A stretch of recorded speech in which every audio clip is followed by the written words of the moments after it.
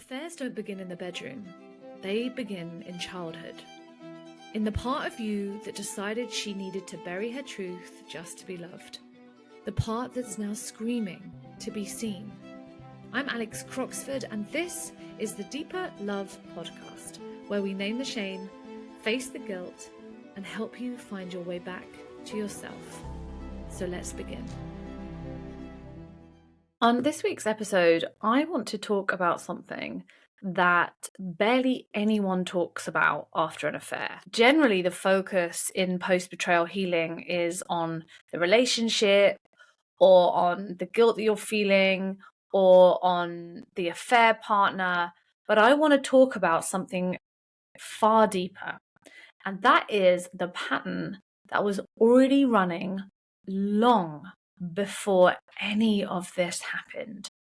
And the pattern that I'm talking about is the one that created the conditions for the betrayal. One that, if you don't look at, it will still be running the show long after the affair is a distant memory. And the pattern I'm talking about is called self-betrayal. And trust me, once you see it, you can't unsee it. So let me tell you a little bit about where this comes from and how it shows up in life. Every single human is born connected to who we are at our core. We are connected to our own truth, to our own aliveness. We are connected to our needs. You know, if you think about a baby, its very essence knows when it needs to be fed. It knows when it needs to sleep. It knows when it needs to be changed. And that baby does not hide what it needs. It will quite happily scream and cry until it gets its needs met. And then as that child begins to grow, we start to receive messages from the outside that tell us that what we are asking for is too much, or that someone can't meet what we're asking for, or that we are going to be left in a room and ignored if we continue to cry. So these parental voices, or this conditioning that we start to receive from our caregivers and from society, as well as our own trauma and our own wounds that we begin to also experience going up, however perfect our childhood was, we will experience pain in some way. It's part of the human conditioning. We learn that certain parts of us aren't safe to show. So let me give you an example of that. For example, being told that big girls don't cry, or to turn the waterworks off, or to go to your room if you're crying. You know, all of these things start to tell a child that they are too much and their emotions are too much. And they learn, okay, well then in order to be accepted by this family, by these people that are ultimately going to keep me alive, I have to start to hide how I feel. I can't possibly emote in the way that is true for me, because if I do, I will be told to shut up, or to stop crying, or to turn the waterworks off, or sent to my room. And so the child begins to build a mask, a performing version of ourselves that keep us acceptable, safe, and loved. And we don't know that we're doing this. This is such an unconscious experience of what it means to be human. But every single one of us does this. And the truth is that the mask is exhausting, and it is almost silent. It's so discreet and unseen that we don't even know that we are wearing it. We probably don't know that our friends and family are wearing masks either, because we are so used to seeing our peers behave in certain ways that do fit the acceptable way of being in society, the acceptable way of showing up for people, friends, family. But the exhaustion of that affair, that constant performing of being someone that's not actually who you are, is going to create an experience of deadness inside the body, inside the system. Wearing a mask creates this sense of separation from who we really are, from our hearts. And the affair was not a random occurrence. In fact, that affair was a moment that the mask cracked. And something that had been bubbling and building underneath the surface for years finally broke through. And now we are in a situation of feeling swamped by shame and guilt or regret or grief. And it's so confusing for us to sit thinking, how could I, normally the high achieving good girl, which is what I see time and time again in my practice, how could I be the one with all these moral values, the one that shamed other people for cheating? How could I do this? How could I be the one to do this? And that's because the part of you that acted out in the affair was not a part of you that's conscious. This is all bubbling underneath the surface, as I said. And so, what does it mean to betray yourself? Because when we wear a mask that we have built in order to survive, we are already betraying who we really are. We have created a way of communicating, a way of not emoting, a way of presenting ourselves, which is constantly in denial of what is actually true for us. And how this shows up in adult life is none of these actually feel like we're betraying ourselves, really, because we're not even aware.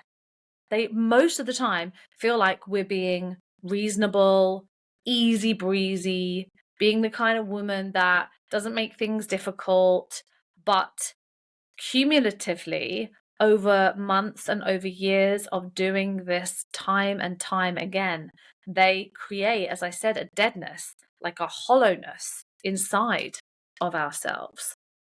And examples of how this might look, because I'm sure you want me to share some of these, would be sitting at the dinner table, knowing that something is wrong between you. You can feel the distance. It's almost so heavy. It's like a weight on your chest, but you don't say anything because you don't know how to start that conversation, and you're terrified of what might happen if you actually do say something. So you just stay stum.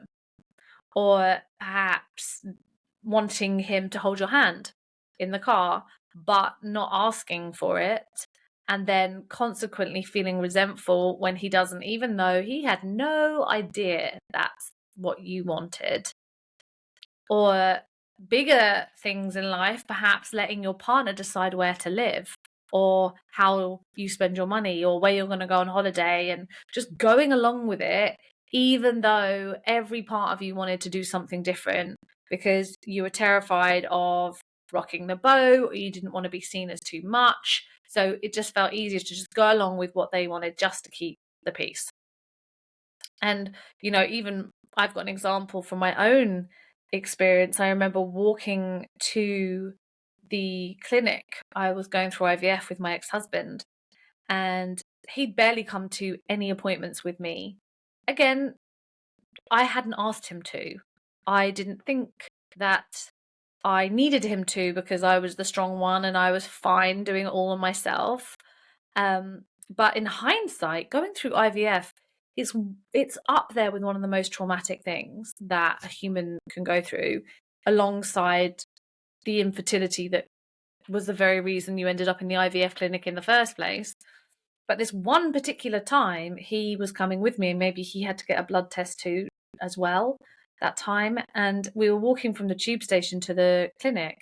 And I remember just desperately wanting him to put his arm around me as we were walking into the clinic, to just give me some, reassurance, feel like we're in this together. But I said nothing.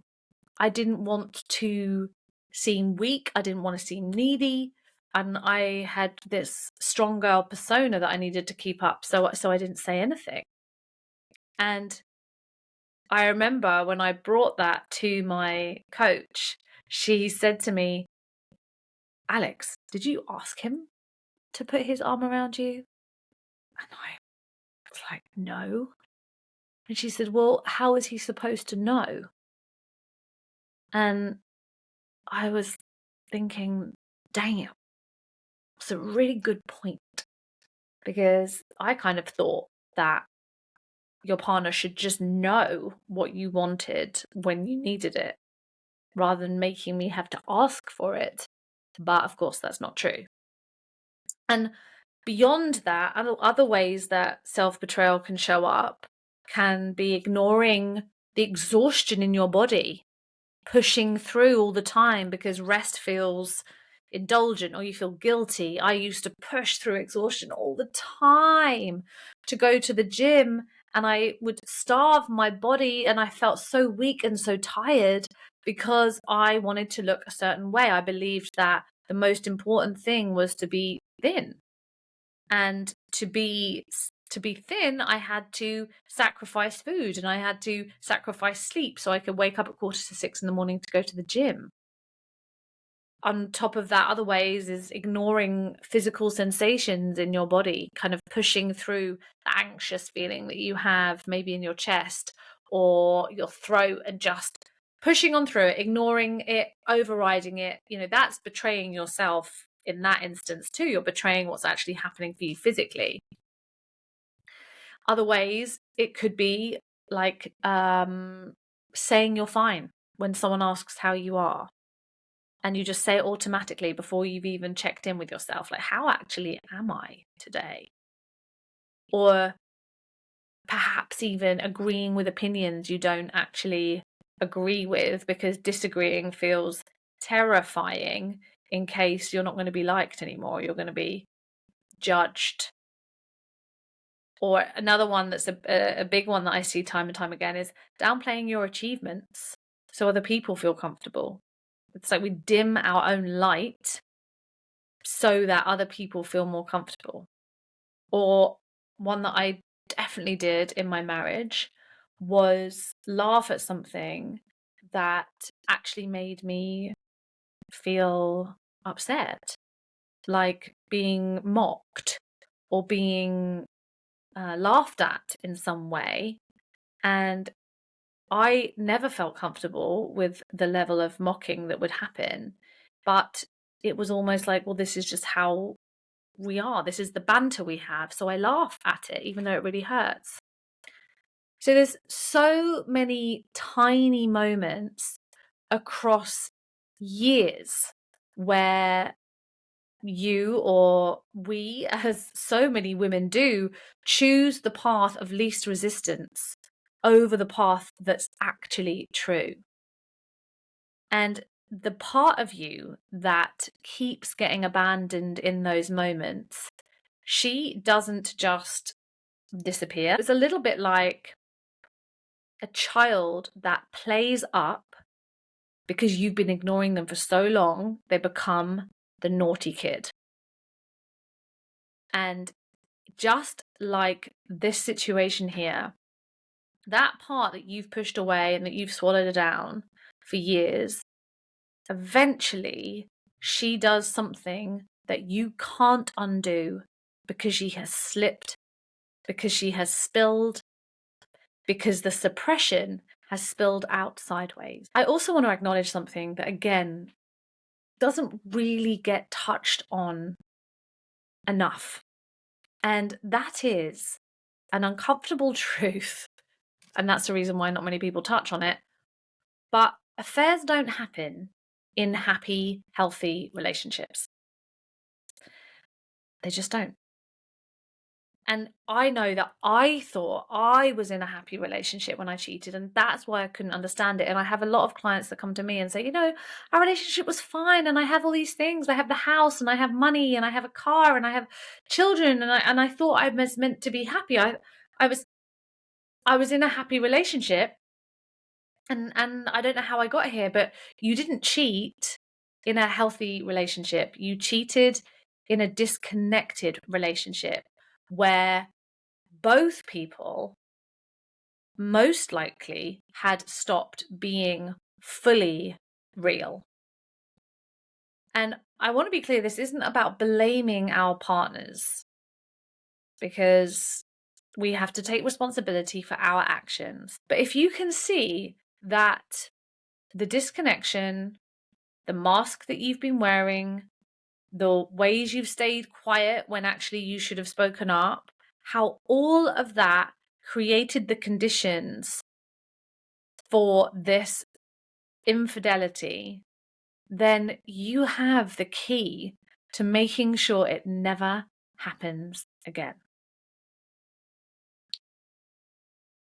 So many women, as I said, tell me, well, my relationship was fine. I had a good home. We didn't fight. We both had good jobs, but they felt flat and lonely and like there was something missing, but they couldn't put their finger on what. And relationships, especially ones that end up in affairs, will often get to a point where there's no emotional intimacy, or there's no communication beyond logistics, beyond what time does, this child needs to be here, this child needs to be here, what are we having for dinner, how much money do we still owe on the mortgage, all of these important but quite frankly dull conversations that we have do not allow for us to connect to our partner in any deep way. We stop asking questions, we stop getting curious.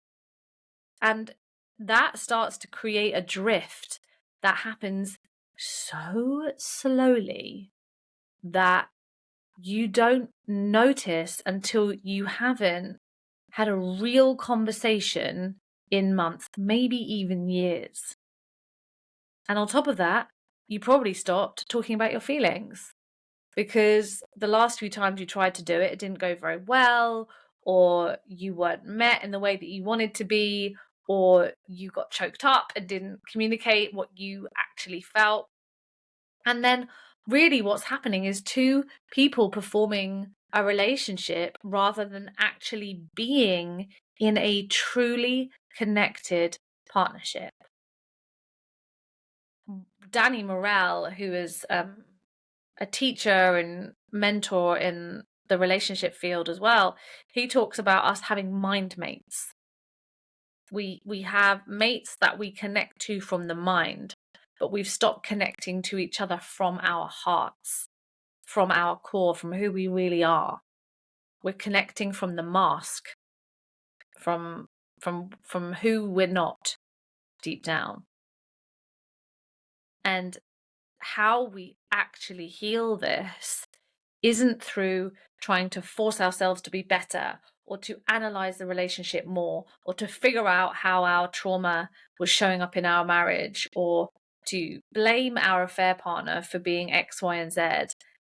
The way to heal this is to heal it from the root, is to heal it from the youngest part of you who started to learn that it wasn't safe to be who she really is. And the mistake that I see time and time again is so many clients come to me after having years of therapy, years of psychotherapy. And I love psychotherapy. I still have psychotherapy now, but it keeps us stuck unless we are willing to go into the body, not just the mind, because understanding is not the same thing as healing. You can trace every pattern, you can look at every wound, you can see how the dynamics were running in your relationship, and you can still wake up years later with the weight of it on your chest. Why? Because shame doesn't live in your mind. I know it might think like that. It might seem that way because the thoughts are going around your mind. That's where we can get caught up in the story. We get caught up in thinking, I'm a terrible person. How could I do this? I'm disgusting. So therefore, where else would we think it exists except in our mind, when that's when we hear these cruel, cruel words coming our way? But actually, the shame lives in your nervous system, in the frozen places where something happened and a part of you just froze. And that has been running the same loop ever since. I have, again, so many women say, oh, I understand why it happened. I completely see why we got here. I've got so much resentment towards my husband, and this wasn't happening in our relationship, or this wasn't happening in our relationship. We weren't having sex for years. He never said, I love you. He won't look at me in the eye. Like, you can understand completely that you cheated because you felt invisible, and even because you'd been abandoning yourself years, and because the relationship had become one that's a performance, one that's not actually truly deeply connected. So you can understand that from your conscious mind and share it with total clarity. But then why at 3 a.m. does the shame hit the exact same way that it always has done? And the truth is, that's because there is a difference between the mind knowing something and the body being able to release it. And this is why more thinking does not solve anything. It doesn't dissolve the shame. It doesn't help you figure out really and truly why. It doesn't get rid of the guilt. It doesn't get rid of the grief. It does not help anything. The more books you read, the more you try and figure out in your mind, you will absolutely get insight. For sure, all of this will give you incredible insight. Even listening to this podcast will give incredible insight, but it will still leave the feeling untouched. So you might be wondering, okay, Alex, cool, thank you. But how do I actually heal it? And so this is where my methodology comes in. And I work at a body-mind level. You might have heard the word somatic. Soma means the body. So this is somatic work, working with the body. And how I work is by meeting the young, frozen part of you who learnt that in order to be loved, she needed to be abandoned. She needed to self-abandon. She needed to put everybody else first. She needed to be perfect. She needed to be the strong one. She needed to high achieve. She needed to be seen in her achievements. And this isn't for more analysis. This isn't more insight to discover all of these different parts of you. This is to actually begin to meet her. So let me give you an example from my own life. I grew up in a family where my achievements were rewarded heavily. I was given so much adoration and pride, which I am so grateful for on so many levels, by the way. But as a child, the praise and the reward for doing well at school and for being the head girl and for, getting good grades on my spelling tests every week at primary school and being sent to all of these extra tutors so that I could make sure I was going to pass the 11 plus. I learnt at a very young age that in order to be loved, I had to be really good at homework. I had to get good grades. I had to achieve. I had to seem like I had to fly through my GCSEs so that I thought I was of any value. My worth was tied up to what I achieved and to how strong I was, how much willpower I had.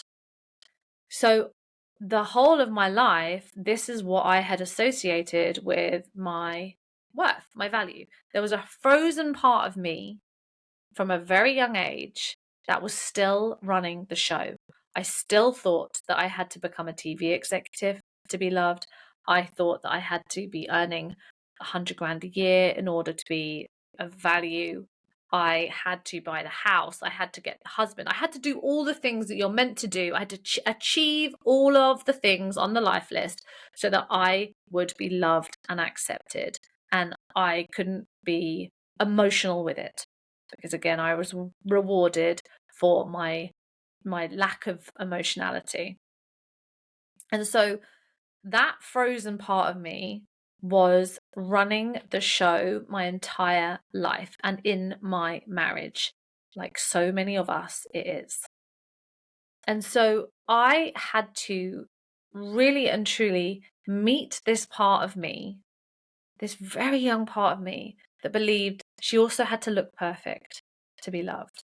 She had to have all the Botox and the fillers and be really skinny, as well as being the high achiever. I had to meet her and I had to let her know that she could stop running the show now. I didn't need to fix her. I didn't need to get rid of her. I needed to actually let her off the hook and to say, you know what? I've got this. Alex, as an adult, has got this now. That young girl, you do not need to make decisions in my life anymore. Because when you do make those decisions of me needing to look perfect and be the high achiever and do all of these things, it keeps me separate. It actually creates a disconnection. People can't get to me. I was like hidden so far behind this mask, people couldn't get to my heart at all. I couldn't get to my heart because I was so afraid of being messy, of being real, of being raw, of being vulnerable, because I thought that was weak. And I thought if I was weak, I wasn't going to get love. But that belief, that part of me was a frozen young part of me that was running the show. And underneath that, the real Alex, the soul, knew that none of that was true. I didn't have to be perfect to be loved. I didn't have to look a certain way or achieve a certain thing. I got to just be me. I got to just be who I really was, and that is enough. And that was a crazy experience to, first of all, see how much this mask, which had got me really far in life, let's be honest. I was doing great in many societal tick box exercises. I was nailing life. But was I truly experiencing joy? Was I experiencing ecstasy? Was I experiencing bliss? Was I experiencing aliveness? Absolutely not. I was not experiencing those things unless I was at a music festival, completely in an escape world. So how did I heal it? How did I actually begin to let go of that mask and come home to who I was underneath it so I could stop betraying myself? Well, first of all, I had to slow down enough to actually feel what was happening in my body. Not trying to get rid of it, not trying to figure it out. We all think we need to figure out why we feel a certain way. Because in this bizarre conditioning that we live in, we think that if we can figure it out, the feeling will go. Well, I want you to ask yourself, when has figuring out why I feel a certain way actually stopped you from feeling a certain way?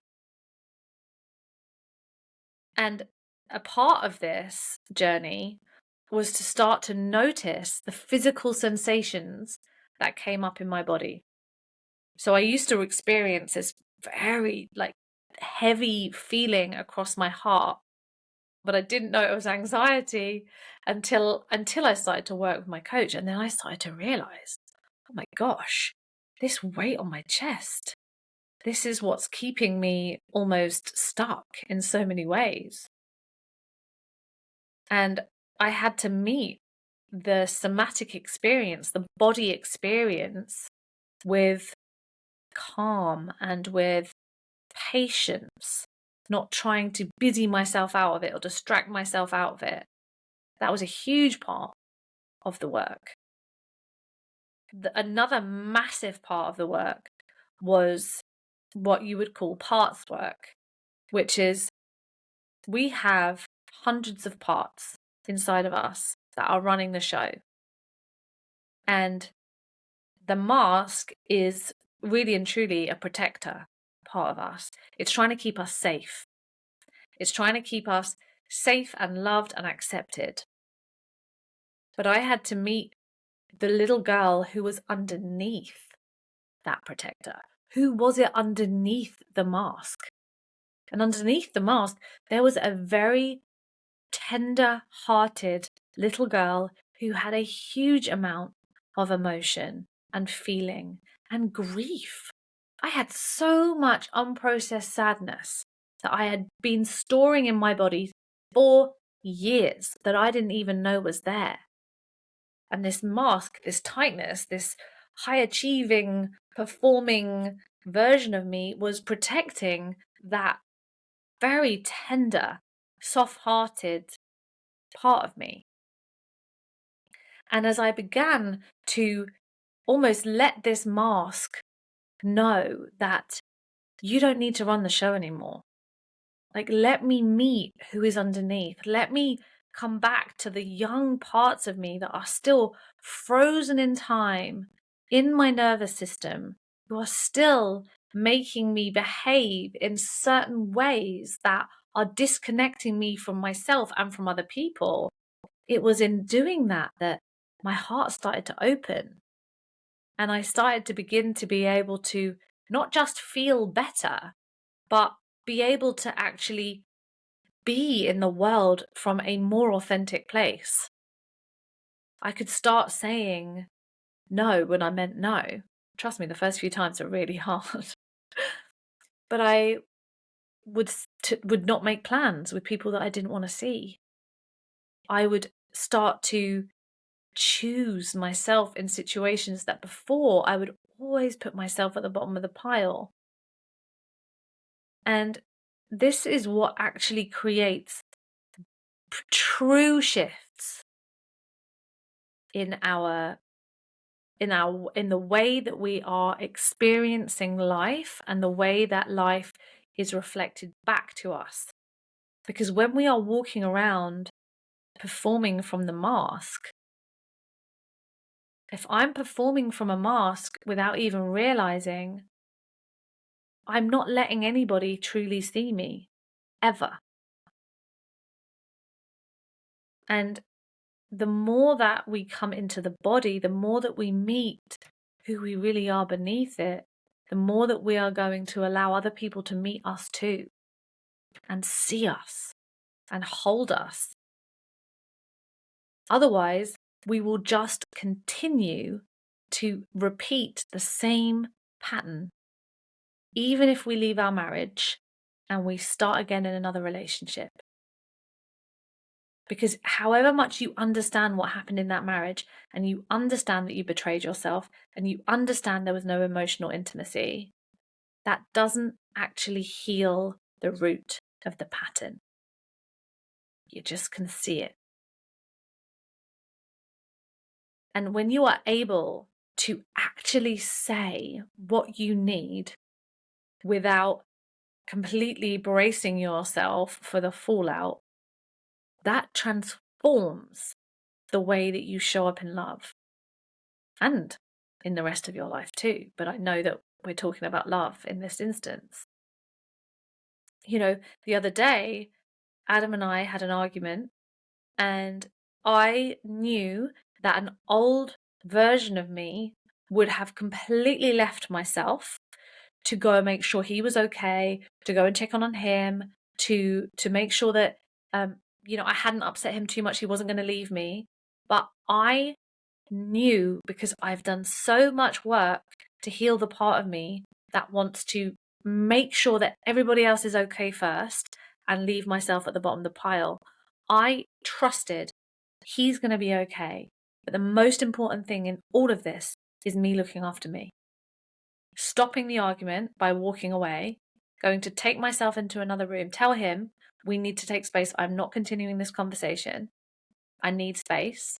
To take that space before then we could come back together and we could have a decent conversation and we could repair. That was actively choosing differently when I could notice the old pattern that wanted to take over. I got to step in as the adult, as the one that was no longer coming from that wound, to say, no, I'm not doing this anymore. I'm looking after me. And in a healthy way, we will begin to reconcile once I have looked after myself and once he's looked after him.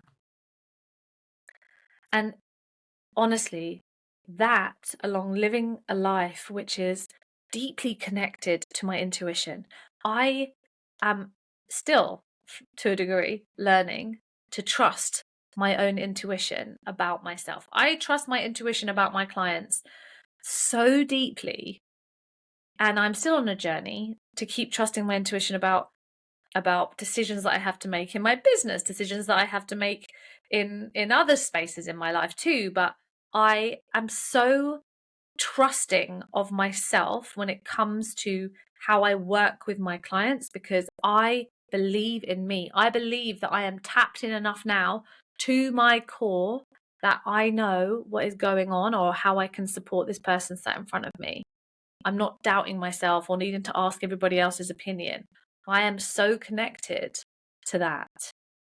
And I can make decisions now from truth, from what it is that I want, not because I'm terrified of getting it wrong or being seen or judged for that. Leaving $100,000 a year job as a TV executive, as a staff TV executive, to the outside looked fucking insane. When I was like, oh yeah, I'm going to go and be a coach. Like, are you okay, Alex? Yeah, I am okay, because I'm listening to my truth. I am trusting that this is the right decision for me, regardless of what anyone else thinks.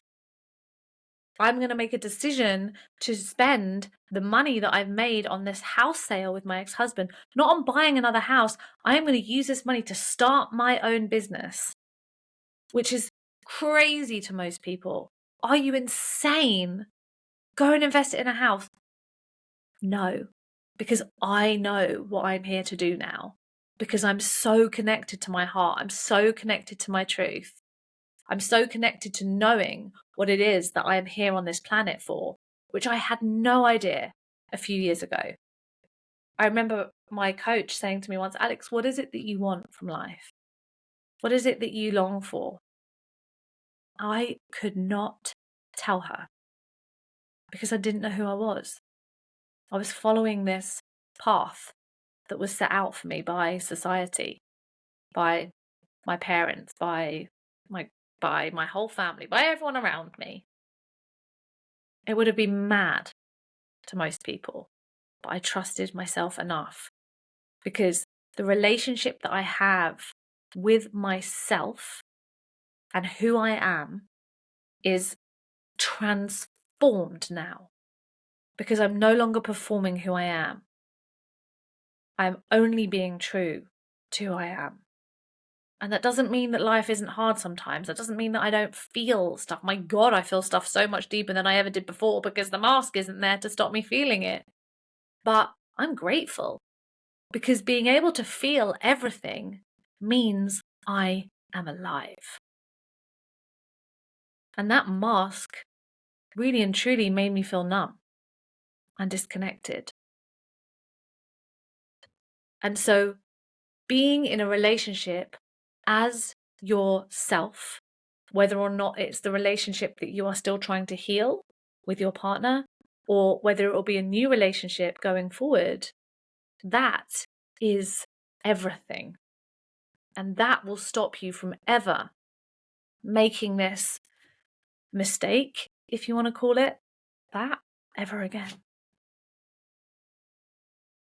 And so, as I always say, the affair is an alarm bell. The question is always what you do when it goes off. And you can absolutely go back to sleep. You can rebuild the same relationship or a new version of the same one with the same patterns running underneath. Most people do that. And that's not because they are broken or they are weak in some way. It's genuinely because no one has shown them that there's another option. The other option, which I am showing you right now, is you can use this moment to actually come home to yourself for real. Perhaps for the first time, you get to meet who you truly are. And if something in this episode has landed for you, if you've recognized yourself in the mask I'm talking about, or in the self-betrayal, or in the disconnection, I want you to know that there is a structured, held 6-month process specifically designed for this, and it's called The Healed Heart, and it starts on the 28th of April.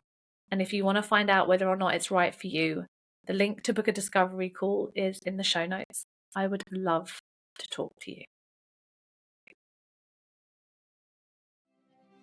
Thank you for listening to the Deeper Love podcast. If today's episode spoke to you, hit subscribe so you don't miss the next one. And if you're ready to go deeper, you'll find all the ways to work with me in the show notes. Until next time.